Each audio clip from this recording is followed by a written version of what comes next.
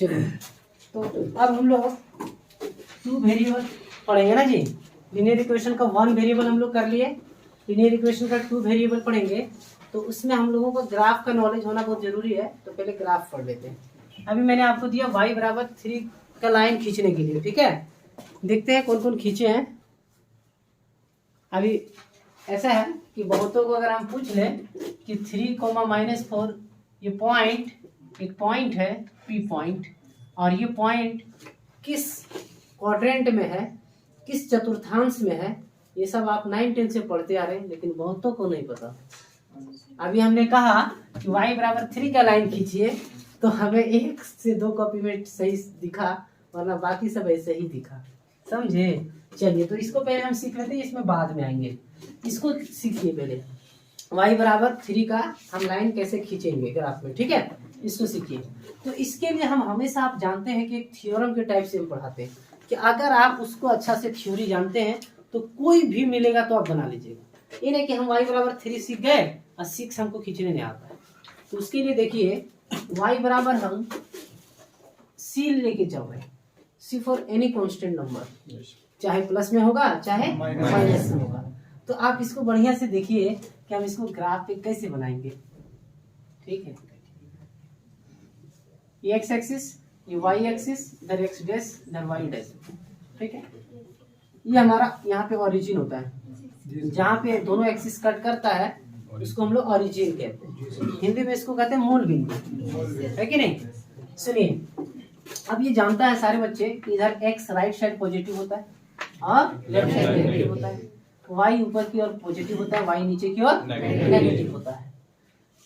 लेकिन y बराबर c का लाइन हमको खींचना है, जैसे y बराबर 3। अगर आप इस कॉन्सेप्ट क्या बोलते हैं, कॉन्सेप्ट है ना, हाँ कभी कभी जबान भी है ना नहीं उलटता है, ठीक है, ऐसा होता है कॉन्सेप्ट, ठीक है। तो देखिएगा कि अगर इस कॉन्सेप्ट को आप याद रखते हैं तो कहीं फंसिएगा नहीं।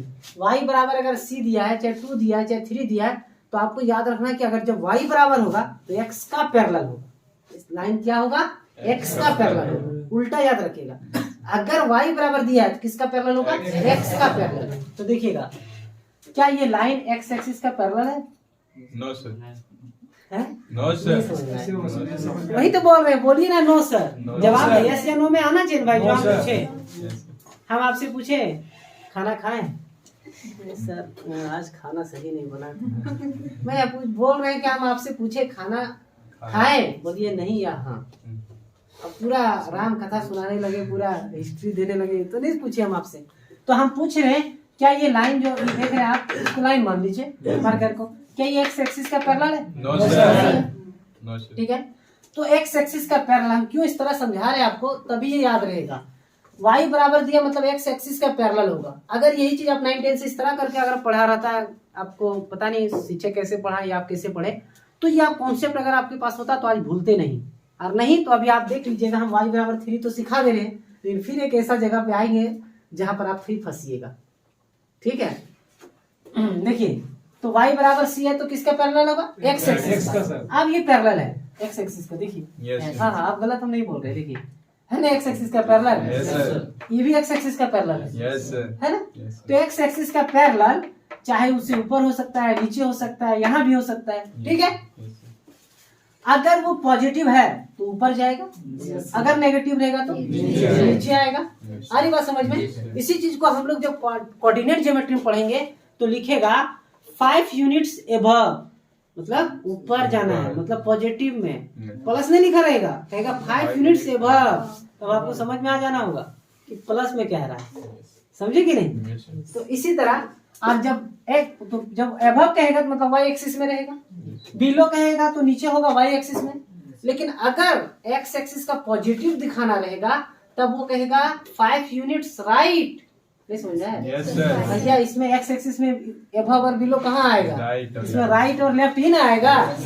सब समझिएगा कॉन्सेप्ट। तो y बराबर c है, मतलब ये x एक्सिस का पैरेलल है। तो पैरेलल चाहे प्लस रहेगा तो ऊपर, माइनस रहेगा तो नीचे। अगर हम प्लस सी लिए हैं तो ऊपर लिख देते हैं, अगर माइनस सी लिए रहते तो नीचे लिखते हैं। अब ये एक्स एक्सिस का पैरेलल हो गया। अब ये कह सकते हैं कि यहाँ से यहाँ की दूरी कितना है, c है। और ये जो लाइन आपका है ये y बराबर c का लाइन है। अब नहीं समझ में आ रहा है तो आप एग्जाम्पल देखो, आप समझ में आ जाएगा। ठीक है, y बराबर 3 ना दिए थे। Yes. आ जाइए, ऑरिजिन जरूर दिखाना हमेशा, ठीक है, ये ऑरिजिन है आपका। y बराबर 3 है, मैंने क्या कहा कि अगर y बराबर दिया है तो किसका पैरेलल, x एक्सिस का पैरेलल, और जब प्लस है तो ऊपर जाएगा 1 2 3। आप स्केल लेके आइएगा, अभी जब तक 2 वेरिएबल चलेगा स्केल लेके आइएगा, ठीक है। देखिए इधर 1 यूनिट 2 यूनिट्स 3 यूनिट्स, तो यहाँ से यहाँ तक देख रहे हैं आप, यहाँ से इस पॉइंट तक जाने में आपको कितना 3 यूनिट चलना पड़ेगा। तो आप कह सकते हैं कि यहाँ से यहाँ की दूरी 3, और ये जो मेरा लाइन है किसका y बराबर 3। यही तो बात हम पूछ रहे थे।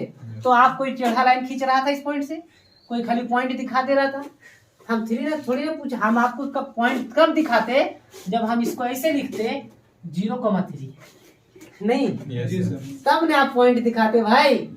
मैंने तो ऐसा लिखा नहीं था, मैंने आपको कहा था कि y बराबर 3 का लाइन खींच के दिखाइए उसको। नोट करिए जल्दी से, अब निकलते हैं आगे। देखो अभी आपने y बराबर 3 का लाइन खींचा है ना। अगर आपसे माइनस में भी दे दिया जाए कि y बराबर -4 का लाइन खींच के दिखाइए तो आसानी से खींच लेंगे। प्लस वाला सारा ऊपर होगा, माइनस वाला सारा नीचे होगा, लेकिन हमेशा वो x एक्सिस का पैरेलल होगा, याद रखना है आपको। अब हम रफ स्केच खींच रहे जल्दी से, ये x है, ये y है, ये ऑरिजिन है। मान लेते कि यहाँ पर है -4 क्या, और यहाँ से यहाँ दूरी कितना हो गया -4 है कि नहीं। बिलो है तो आप 4 भी लिख सकते हैं, कोई दिक्कत नहीं है। ये -4 है तो हम यहाँ ये कह सकते हैं, आप लिखते हैं ना जी -1 -2 -3, ये -4 हो गया है। तो यहाँ क्या लिखेंगे y बराबर ये किसका लाइन हो गया, y बराबर -4 का। क्लियर है, आगे बढ़े हैं, चलिए बिठा इसको।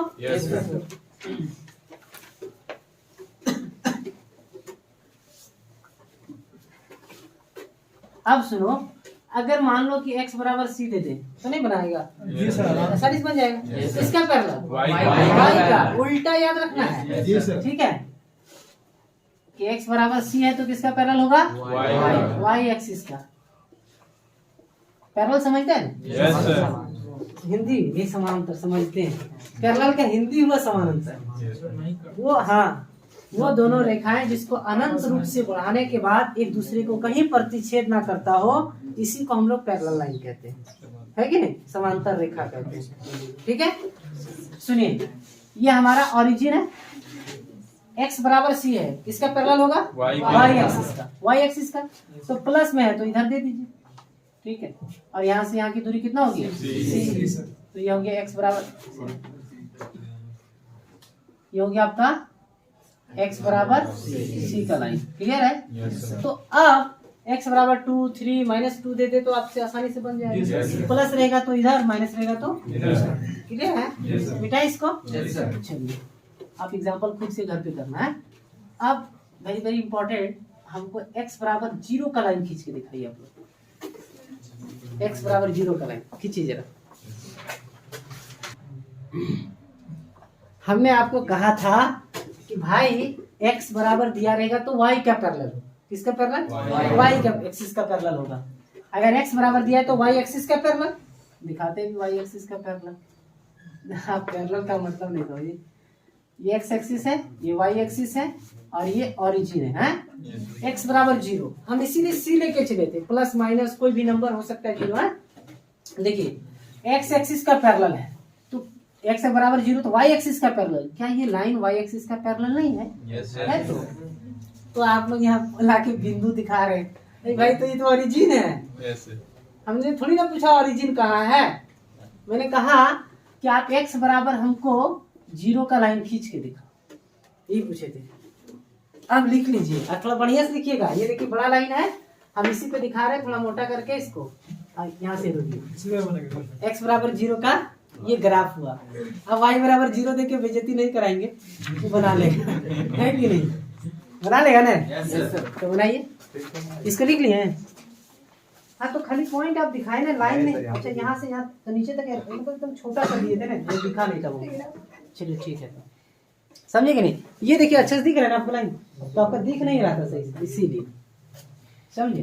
चलिए, बहुत अच्छा कॉन्सेप्ट समझ आ गया ना भाई। लेकिन वही कॉन्सेप्ट से बना ना। Yes, sir. अगर ये कॉन्सेप्ट आप याद रखते हैं तो देखिए हंसे ना, इसमें भी बन गया। तो इसी तरह अगर आपको मान लो कि दे दे y बराबर 0, तो क्या नहीं बनेगा? Yes, sir. इसका पैरेलल X का। x एक्सिस का पैरेलल Yes, sir. ले लीजिए। ये देखिए मोटा से हम दिखा रहे हैं, ये हो गया मेरा x बराबर 0, ये मेरा ओरिजिन है। फिर भी 2 ये 3 Y बराबर 0 है सर। हाँ यस, ऊपर लिखे हैं Yes, sir. y बराबर 0। कोई दिक्कत? No, sir. तो जब भी x बराबर या y बराबर कोई खींचने दे लाइन, तो याद रखिएगा x बराबर रहेगा तो y एक्सिस का पैरेलल, और y बराबर दिया रहेगा तो x एक्सिस का पैरेलल। उल्टा याद रखिएगा। अगर ये याद रखिएगा तो आज के बाद आपके कभी गलती नहीं होगा। ठीक है ना, ये कॉन्सेप्ट। ठीक है, और आपके पास अब सुविधा भी है। पहले एक बार बोलते थे याद नहीं रहता था, तो कोई बात नहीं, लेकिन आप वीडियो भी है, आप देख भी सकते हैं। ठीक है, चलिए यहाँ तक आप सीख गए है ना। अब हम कुछ पॉइंट की बात करते हैं थोड़ा थोड़ा।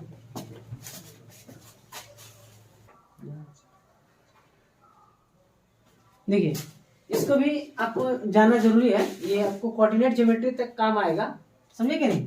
और इसको आप पढ़े हैं 9-10 में अच्छा से, कि x राइट साइड में क्या होता है? पॉजिटिव, और y ऊपर क्या होता है? पॉजिटिव। तो प्लस प्लस किस कोऑर्डिनेट में हो जाएगा? आप इधर अगर जाते तो x नेगेटिव, तो पहले हम लोग x का लिखते हैं हमेशा, याद रखिएगा कोऑर्डिनेट में। और y इधर क्या होता है? पॉजिटिव। ठीक है, अब यहाँ थर्ड कोऑर्डिनेट जब आप आएंगे तो 2 लाइन है, एक x डैश एक y डैश, है ना। तो x डैश में नेगेटिव होता है, y डैश में नेगेटिव, तो नेगेटिव नेगेटिव। क्लियर हुआ? जो 4 क्वाड्रेंट में आएंगे, ये फर्स्ट क्वाड्रेंट हो गया, ये सेकंड क्वाड्रेंट। क्वाड्रेंट को हम लोग शॉर्ट में सिर्फ क्यों लगा देते हैं, ये हमारा हो गया थर्ड क्वाड्रेंट। आप अगर 4 क्वाड्रेंट में आते हैं तो x क्या होता है इधर? पॉजिटिव, और y इधर क्या होता है? नेगेटिव, है ना।